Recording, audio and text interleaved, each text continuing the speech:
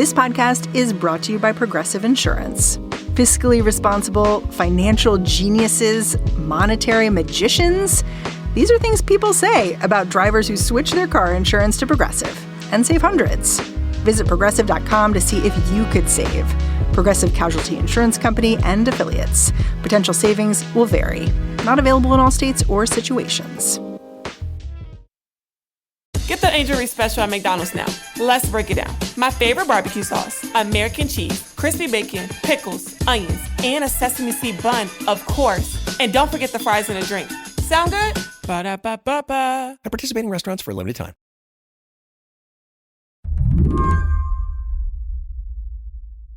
For a couple days now, I've been asking you to give me a call. Hi, Mary. It is a longtime listener. I think I've heard every episode of What Next over the years. My question was simple. I wanted to understand what Donald Trump and Elon Musk are doing to this country, up close. Hey, I'm an environmental planner in South Carolina. Hi, this is Sarah. I am a federal healthcare contract worker. My name is Meg from Washington, D.C. I own a pet care company, and I figured out how many of our clients were USAID workers. My name's Zane. I live in North Carolina. I work in carbon capture research, and we get federal grants to do research. So it's just a lot of uncertainty, and I think, that's the whole point. When I hear about federal workers being fired, or tariffs, or contracts being cut short, I always think there's some person on the other end of this decision. How are they doing? Not great, it turns out. My wife has worked for the Department of Agriculture just short of 20 years. She spends every day worrying about her job. Everybody just wakes up every day, in fear that they're going to lose their job. I would say that we are under a lot of stress right now, and particularly with the uncertainty around what's being funded, who's getting money, and where it's going. You'll probably get 100 calls like this, but I just want you to know that there are really good, hardworking people out there who this is affecting. Our whole show today is going to be about making Washington funding cuts a little more visible, because it isn't just government workers being impacted. And I think the hardest part for me is just, it seemed like a game, our finding out. Take Hannah Smith-Brubaker. She's a farmer. She lives in Pennsylvania. She spoke to our producer, Ethan. Hannah also runs an agricultural nonprofit that works with other farmers all over the Northeast. She discovered essential funding for her organization was getting cut when Doge tweeted about it. Our finding out over X through a Valentine's Day rhyme is just, what is going on? The post went like this. Roses are red, violets are blue. Today, Doge and 10 agencies made 586 wasteful contracts bid adieu. This is not a good rhyme. Was that really the first that you all had heard of it? Yes. Even now, things are confusing for Hannah. At first, she thought her programs would be suspended, but she could keep working. And then we got word that USDA employees aren't actually able to help us with these programs. So now we're in a situation where we're about 35 days in of not being paid for our last reimbursement that we put through. And just last week, we notified 60 employees that we're going to need to furlough them on April 1st. And that's 60 employees who aren't out in the field helping farmers. The U.S. government is not just turning itself inside out with funding cuts, of course. Ask Jeffrey Okoro. I reached him in Kibera, Kenya. Kibera is one of the largest informal settlements or slums in Africa. Jeffrey oversees a nonprofit that gets HIV and TB treatment to thousands of people. Like a lot of overseas health operations, he gets a little help from USAID. Or he used to. A few weeks back, his grant manager said that funding's off. Did it surprise you when you got that notification? Yes, it did. We knew that, of course, there would be changes, but not cutting HIV/AIDS drugs, you know? I mean, yeah, that was quite surprising, really.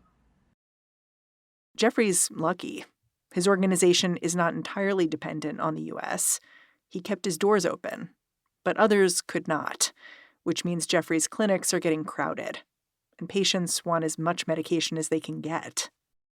It's been reported that, of course, Kenya has only a stockpile for about 4.5 months of HIV treatment before the entire country runs out.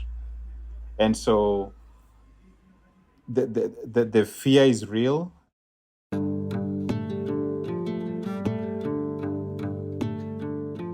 Today on the show, you have been hearing about funding cuts all over the government. Temporary pauses, but also plans to make some of those pauses permanent. We're going to bring you one person's story of what a federal funding pause can look like. And we're going to ask whether what's happening now is really just the start. I'm Mary Harris. You're listening to What Next? Stick around.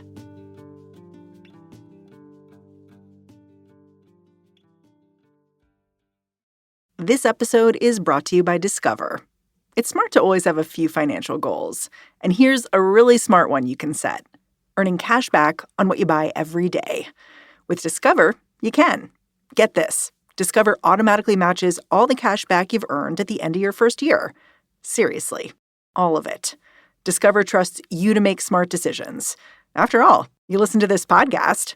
See terms at discover.com/creditcard. Get the Angel Reese special at McDonald's now.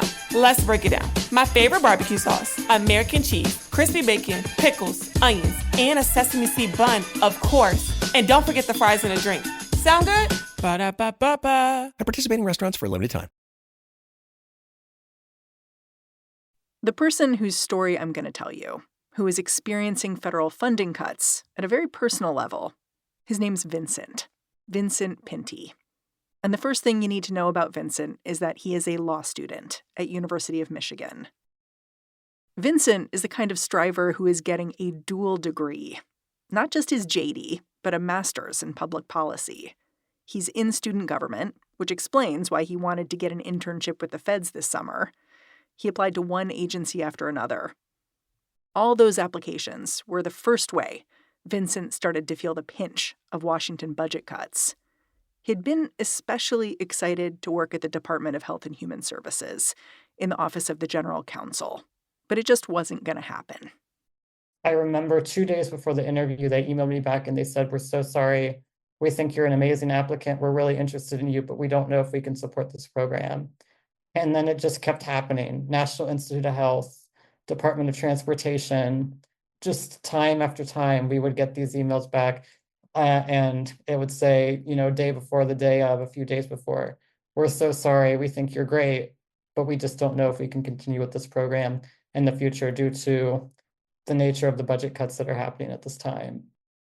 To be honest, Vincent had already been wondering how much he actually wanted to work in D.C. over the summer.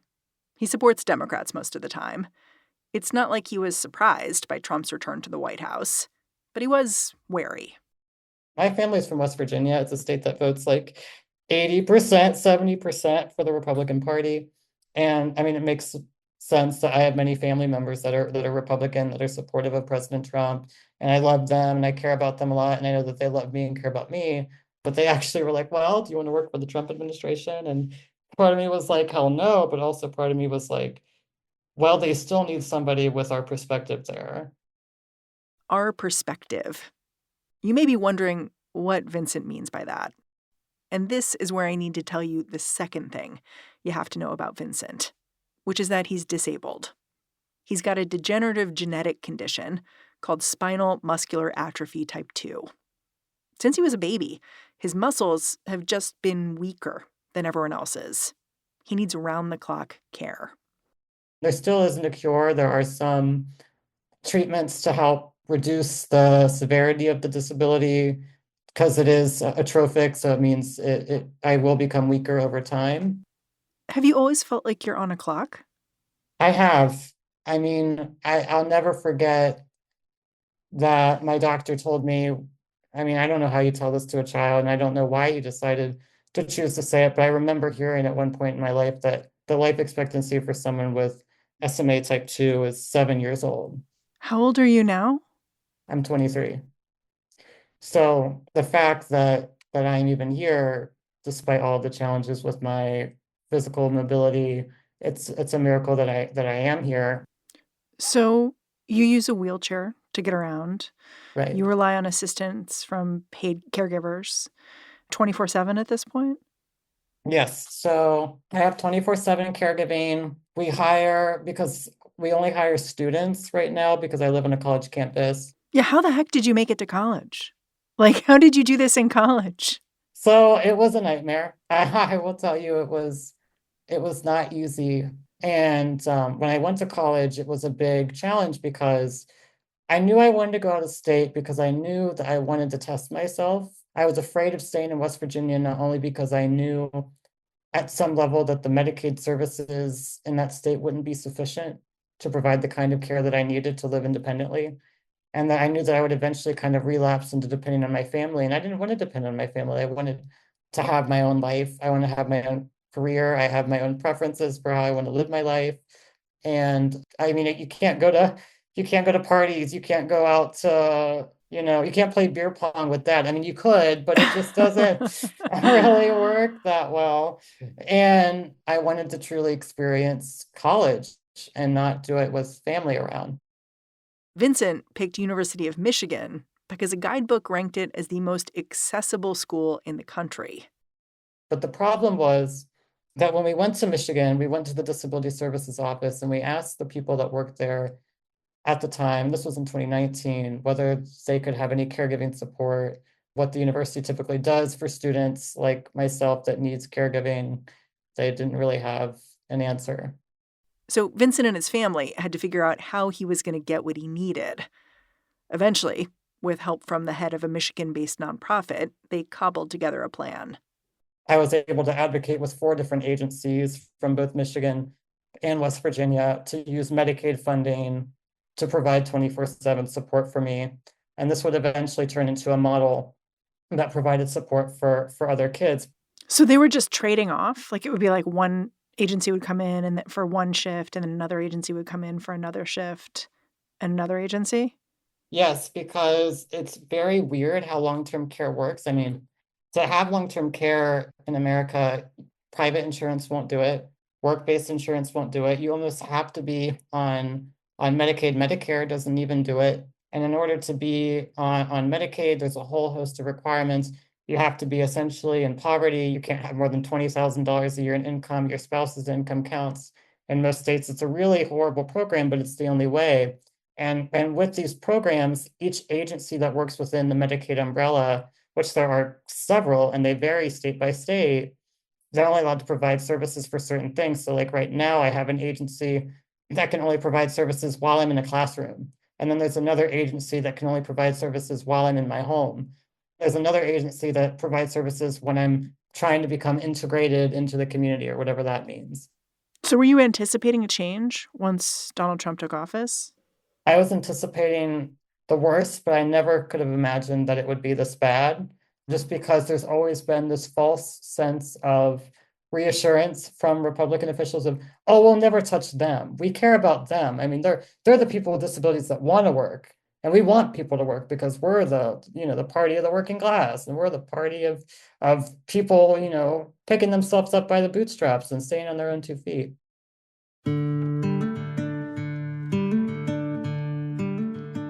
After the break, how federal funding cuts mean Vincent is not just fighting to get a summer job. He's fighting to stay in school and stay alive.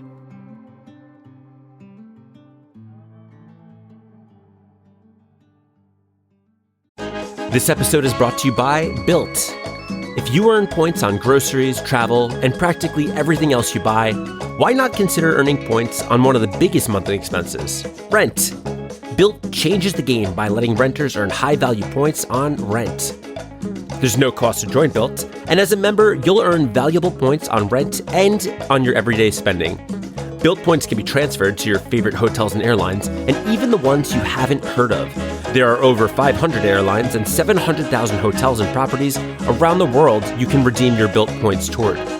Points can also be redeemed toward a future rent payment and unique experiences that only Built members can access.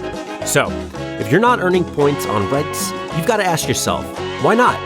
Start earning points on rents you're already paying by going to joinbuilt.com/whatnext. That's joinbilt.com/whatnext. Be sure to use joinbuilt.com/whatnext to start earning points on your rent payments today.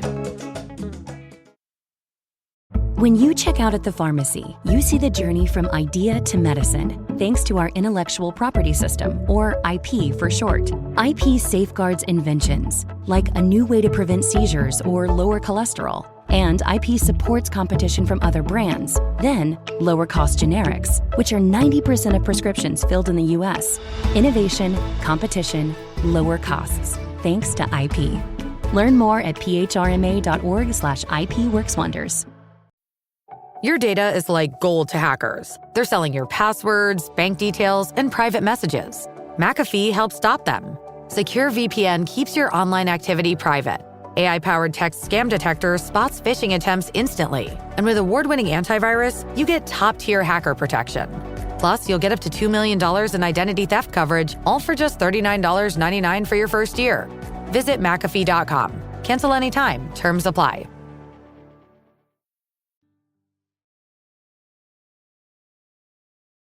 Given everything Vincent's been through, you can see why he wanted to work for the Department of Health and Human Services, right? He's seen up close how everything can go sideways when you rely on the government to take care of all of your basics. Right now, Vincent depends on support from a whole lot of people. He gets Medicaid in Michigan, but his home state of West Virginia covers a significant portion of his tuition and school expenses. Every purchase gets meticulously tracked. He's got all these folders with receipts so he can remain in compliance. But it can all be swept away because of decisions made in D.C. Just the other day, Vincent was having a routine check-in with a caseworker from West Virginia's Department of Vocational Rehabilitation Services. He was verifying a textbook purchase, and the caseworker casually blew up his whole world. She said, oh, by the way, for next year, your grant funding that was for that previous year, $23,000 per year to go to school, we're cutting that down to $3,000 per year for your services at a cap. And it wasn't even like I even asked that. It was just out of the blue. By the way, we're decreasing your support by like 75%. And you don't really have any say in that. I mean, I even told her, like, how do you expect me to go to law school? You can't go to $3,000 a year to community college. And she said, I know that. I mean, so many words she said, I know that. But we can't do anything if we don't have federal funding. With the $23,000 to $3,000 cut, is that just a done deal as far as you're concerned? Or is that something that you're now advocating, like, hold it, no, don't touch that? Well, that's the first thing that I did whenever I heard from the caseworker, is I immediately called. I work really closely with Disability Rights Michigan. I did reach out to them and I asked, what do we think we can do now, instead of being able to focus on helping students and even to be able to focus as much on my classes as of late, I have to be on calls constantly with attorneys, with community advocates, figuring out what ways we can appeal these decisions and fight back. So right now we are appealing for a reversal of that decision in West Virginia. And we also are appealing for more funding from Michigan in case West Virginia comes back again and says, no, there's nothing else we can provide. This funding cut was put in place before Donald Trump took office. But now that DOGE is slashing and burning its way through government, Vincent's even more alarmed. He looks at Congress considering cuts to Medicaid, and he doesn't understand how those cuts are going to move forward without hurting people who need round-the-clock care, people like him. It's definitely going to hit long-term care because that's the biggest chunk of the pie that Medicaid supports. We just don't know who's going to be impacted first, and we won't know until the next budget is officially passed. Have you talked to any of your friends and family back in West Virginia who are maybe Trump supporters about what you're going through?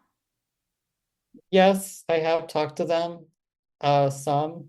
Are they surprised? They are surprised, I think. And I think a lot of them still are in disbelief, and they want me to fight back, and they're supportive to a degree, but people still just don't want to believe it.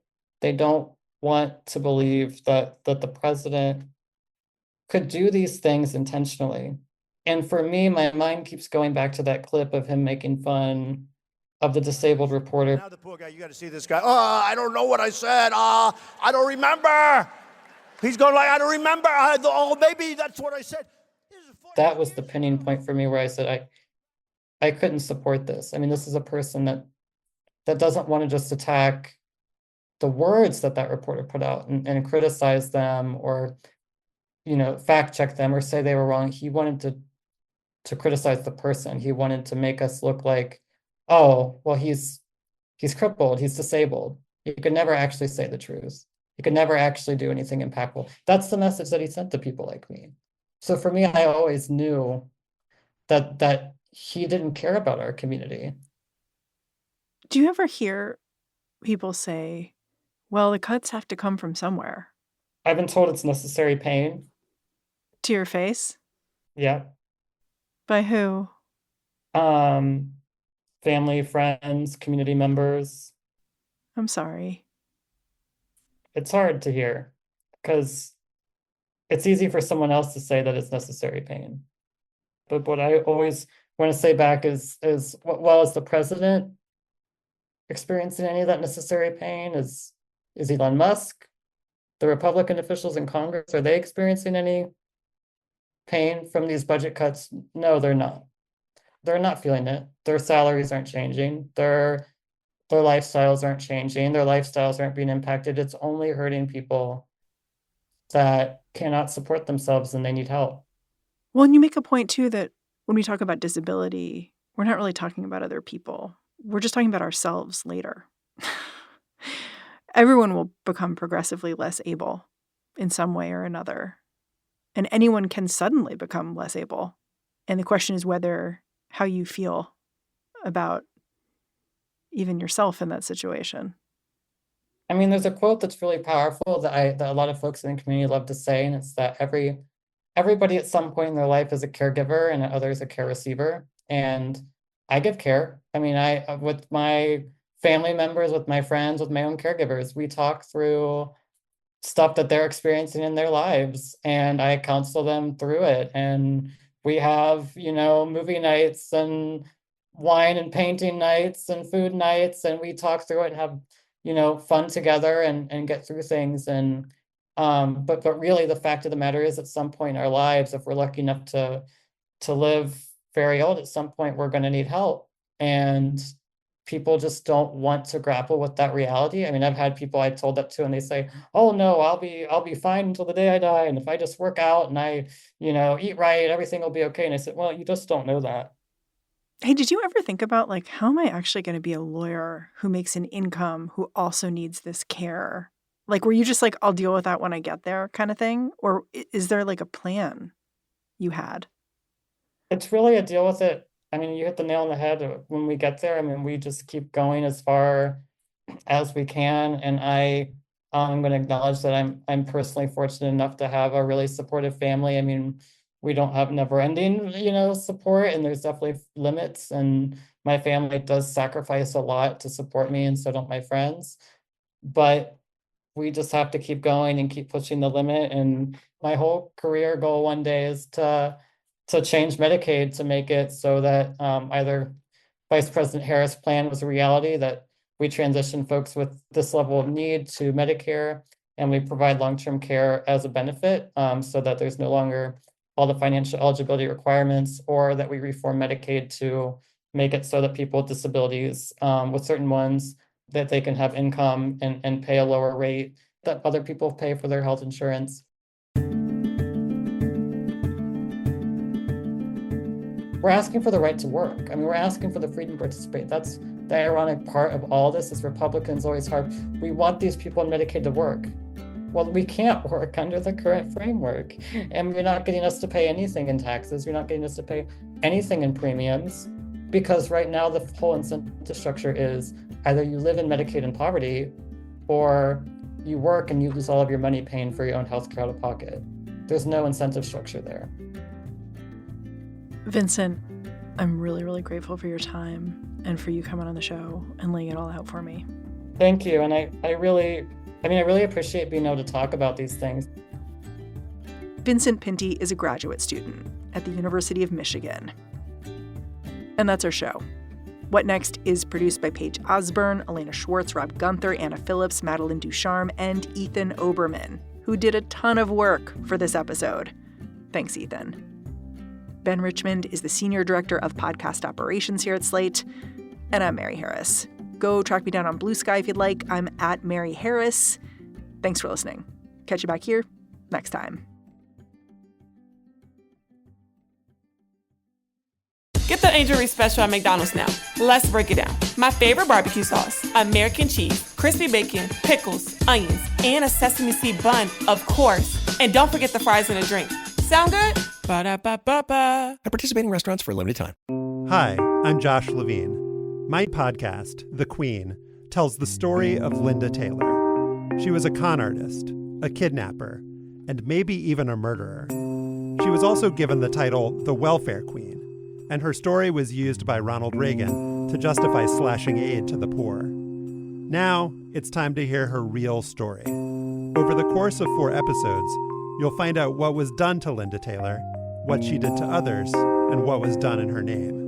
The great lesson of this, for me, is that people will come to their own conclusions based on what their prejudices are. Subscribe to The Queen on Apple Podcasts or wherever you're listening right now.